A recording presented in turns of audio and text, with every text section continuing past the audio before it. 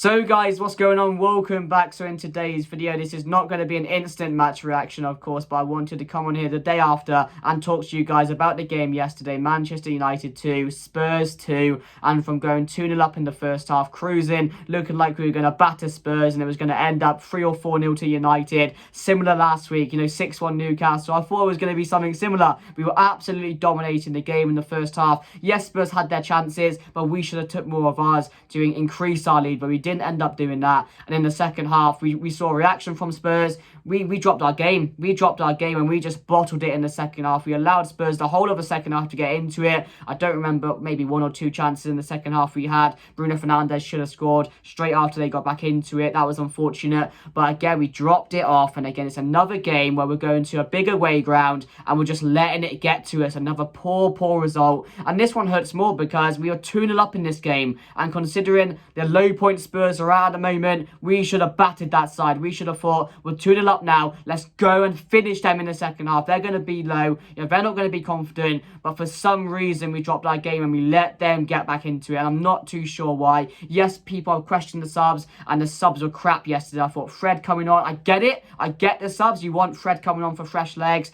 you want Wakehorse up there to try and hold up the ball, give us some more time, you also want Malacia, some fresh legs as well at the back, but all 3 of those subs were meant to make an impact and none of them did. And we praised Ten Hag so many times this season for making subs and it being right, it making a difference, making a change, but yesterday it was just absolutely crap and none of them put in a performance when they coming off the bench, and they should be doing that. So that's down to the players yesterday, because we should never have let that Spurs team get back into the game. And credit to them, they came out in the second half. But again, it's just so frustrating because we were 2-0 up, and that's what hurts the most. We were 2-0 up and we let this Spurs side, who got battered by Newcastle before, at their lowest point they've been all season. They got Ryan Mason in charge now. And I always thought we were going to see a reaction because new manager bounce, and it was always going to happen. I did not expect them for one bit to not show something in the game, but the way we just didn't bother playing in the second half is what pissed me off as well. But yeah, really frustrating, and it's not going to change my opinion on whether we get top 4. But I said in the preview that a win yesterday against Spurs would have solidified our top 4 for the season, I think, or put us in a very good position to get top 4. But it's just going away to big grounds, which we can't handle at the moment. That's becoming a habit. I don't want us to have that habit. I don't want us to do that, because we should be trying there. We should be going there, especially 2-0 up at half time and finishing that game and not letting it get to us. But we didn't today, and that's what's really pisses me off. I thought a lot of players as well were off their game. I thought Anthony was really poor. I thought Casemiro as well didn't have the best of games. I'm really happy for Jadon Sancho. That first goal was really good. I think he needed that as well for his confidence. Rashford again on the score sheet, really good goal as well. Defensively, I thought Lindelof was off it. I thought Wan-Bissaka was off it. Again, I don't know why they were off it, but the only defender which I thought was really good yesterday and had a really good game was Luke Shaw, and that's credit to him as well, because he's playing out of position and he's countlessly putting in good performance after good performance in that centre-back position at the moment. So it's a shame. Of course, we're going to miss our big players in Varane and Martinez. That's always going to happen, but you need to have reinforcements, and it's just there again, isn't it? Like, we need reinforcements in this side. I've said it so many times this season. Our squad depth is not there, and again, bringing off the bench, you're bringing on Malacia, you're bringing on Fred, you're bringing on Wakehorse. And yes, as I've said, I've praised Erik Ten Hag this season for bringing on subs and making a difference, but it's not every time you're going to get that with these type of players, because you're not going to get that consistency. So that was a shame, a real shame. I was really excited, and as I've said, 2-0 at half time, I thought we were going to batter that side. But yeah, it's a disappointing result, and I'm pissed off with it because it's Spurs and they just lost 6-1, and we shouldn't be let that happening. So yeah, not the greatest of results, but again, a point, if we lost the game, I would have been more angry, because a point is not too bad. It's a point closer to getting top 4 this season, and again, Spurs needed to win that game, really, didn't they? So at the end of this, not too bad, but considering the circumstances and considering what happened, 2-0 up at half time, cruising, looking like we're going to win the game 3 or 4-0, it's a very poor result for Manchester United. But we have to move on now. On Sunday, of course, we got to take on Aston Villa, and that's going to be a difficult one. I don't think there'll be a preview for that game, because I won't be able to watch that one, and as you guys know, I don't want to do previews and then have no match reaction to the game, so there won't be one for that. So the next game will be Brighton. But let's get into the team news for the game. So it was David De Gea in net yesterday, and it was who was that left back? Well, yeah, Diego Dallo was it. Diego Dallo, and it was Shaw, Lindelof and Wan-Bissaka, when it was Casemiro, Eriksen and Bruno Fernandes, and that midfield as well, when they've all been starting together, have still not lost a game for Manchester United, so that still remains, to be fair. That's a positive out of the game, but the only big positive was Jadon Sancho scoring for me, because that's the main thing I took out of that game, confidence-wise for him. The goal as well was brilliant. So yeah, it was Casemiro, Bruno and Eriksen, and it was Marcus Rashford, Jadon Sancho and Anthony. Rashford played in the number 9 position. There was no Martial, he was on the bench, I think just because he was carrying a bit of a niggle or something, a bit of an injury, I'm not too sure, but we saw him come on later on in the match. So that was the team going into the game. As I've said, it was a fast start for Manchester United. Yes, Spurs had their chances in the first half as well. De Gea made a few good saves, I'm sure made a good few blocks, and Spurs were a threat in the first half, but when we got into the game, we controlled it really well. We got the first goal through Sancho, we got the second through Rashford going into half time, and you're thinking, if we get that second as well before half time, we've killed the game off.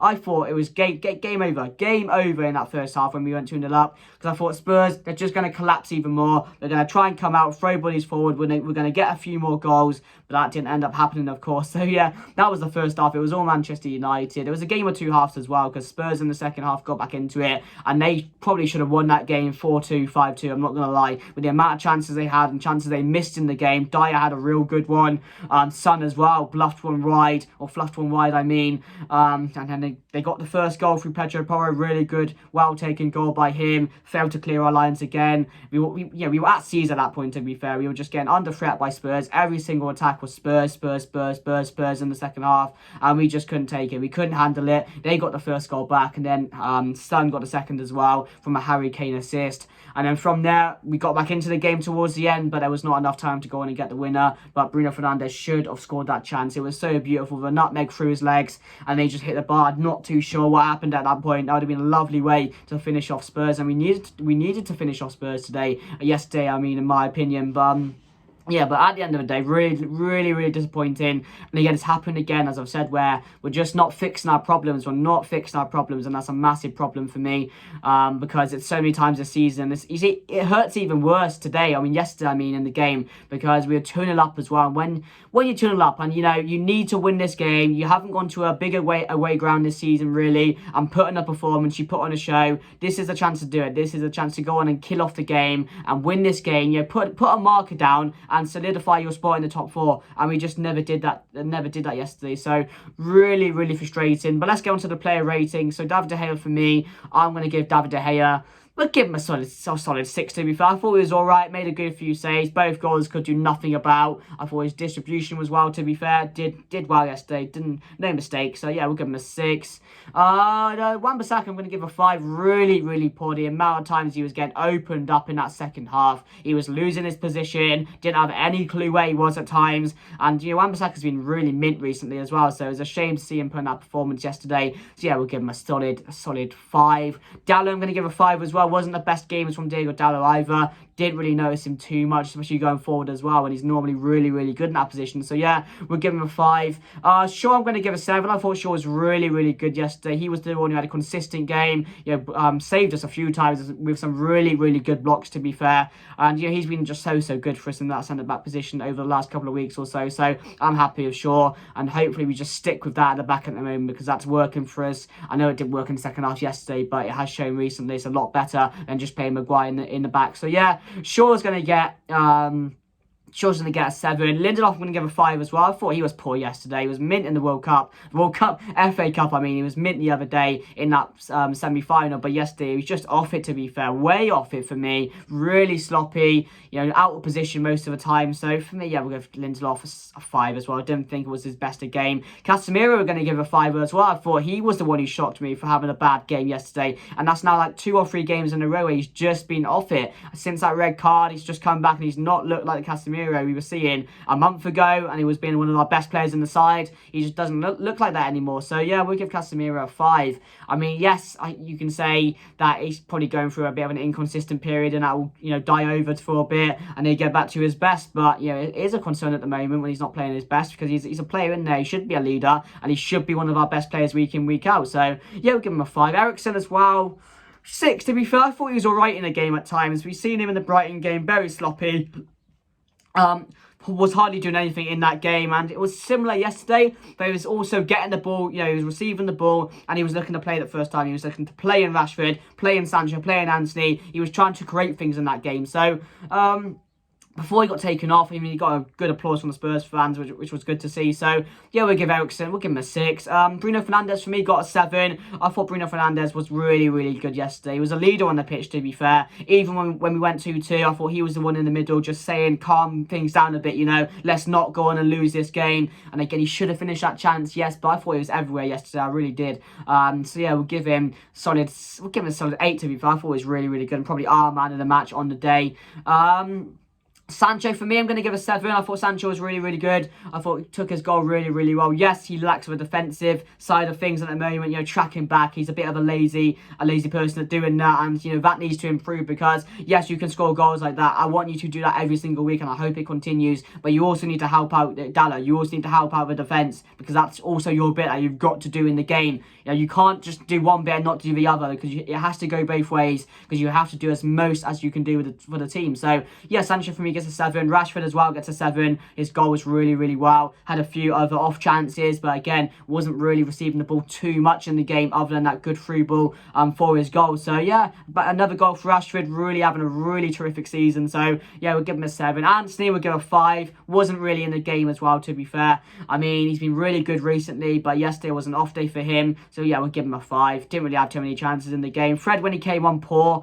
Give him a 5. He's the one you want coming on, fresh legs, shake up the game a bit, calm things down, get control of the ball. Never did that. Red Course would give a 3. Terrible when he came on. We need him to hold up the ball. We need him to just, calm things down up top, get control of the game. Didn't do that either. And then Malacia was just a bit rash when he came on, so we'll also give him a 3 as well. Eric Ten Hag, for me, I'm going to give Eric Ten Hag, we'll give him a solid 7, to be fair. I mean, the second half, I don't think it was down to him. I think it was down to the players and once again having a weak mentality, which we've questioned so far.